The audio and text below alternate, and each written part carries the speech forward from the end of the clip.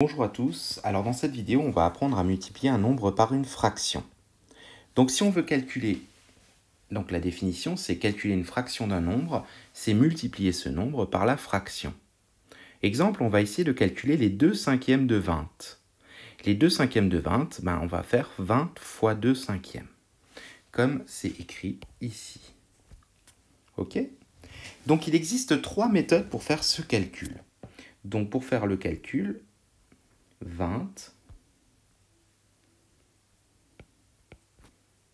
fois 2/5. La première méthode, c'est qu'on va commencer par multiplier le nombre par le numérateur. C'est-à-dire qu'on va commencer par faire 20 fois 2 et ensuite on divisera par le nombre en bas, c'est-à-dire 5. 20 fois 2, ça donne 40, divisé par 5, ça nous donne 8. Donc ça, c'est la première méthode.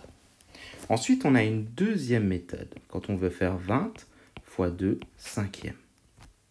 C'est commencer par diviser, puisqu'on a le trait de fraction divisé ici, c'est de faire 20 divisé par 5, puis de multiplier par le nombre qui reste, c'est-à-dire 2.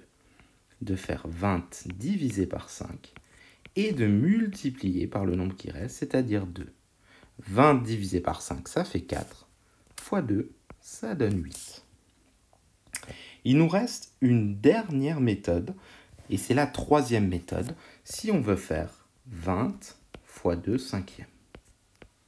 C'est de commencer par calculer la valeur décimale, ici, de la fraction. C'est-à-dire de commencer par faire 2 divisé par 5, puis de multiplier par 20.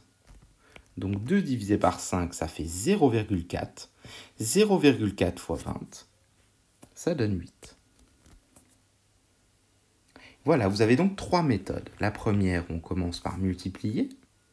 La deuxième, où on commence par faire la division. Et la troisième, où on commence par trouver la valeur décimale de la fraction. Par exemple, si on veut calculer 14 fois 5/7. Imaginons qu'on veuille calculer 14 fois 5/7. Si on utilisait la première méthode, on ferait 14 fois 5 divisé par 7. Donc 14 fois 5, c'est compliqué. Ensuite, on aurait une deuxième méthode.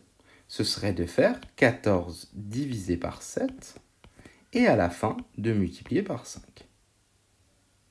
Ça marche bien.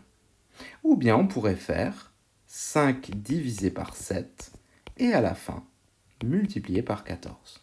Alors 5 divisé par 7, ça donne un nombre qui ne s'arrête pas. Donc ça ne fonctionne pas. Celle-là, elle fonctionnerait, la première méthode, mais on va l'enlever aussi parce que 14 fois 5, un peu compliqué.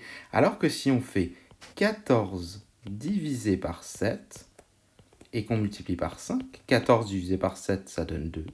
2 fois 5, ça donne 10. Et voilà, on a notre résultat. Donc, parfois, vous serez amené à utiliser la première méthode, parfois la deuxième, parfois la troisième. On va faire des exercices pour vous entraîner à ceci. À bientôt.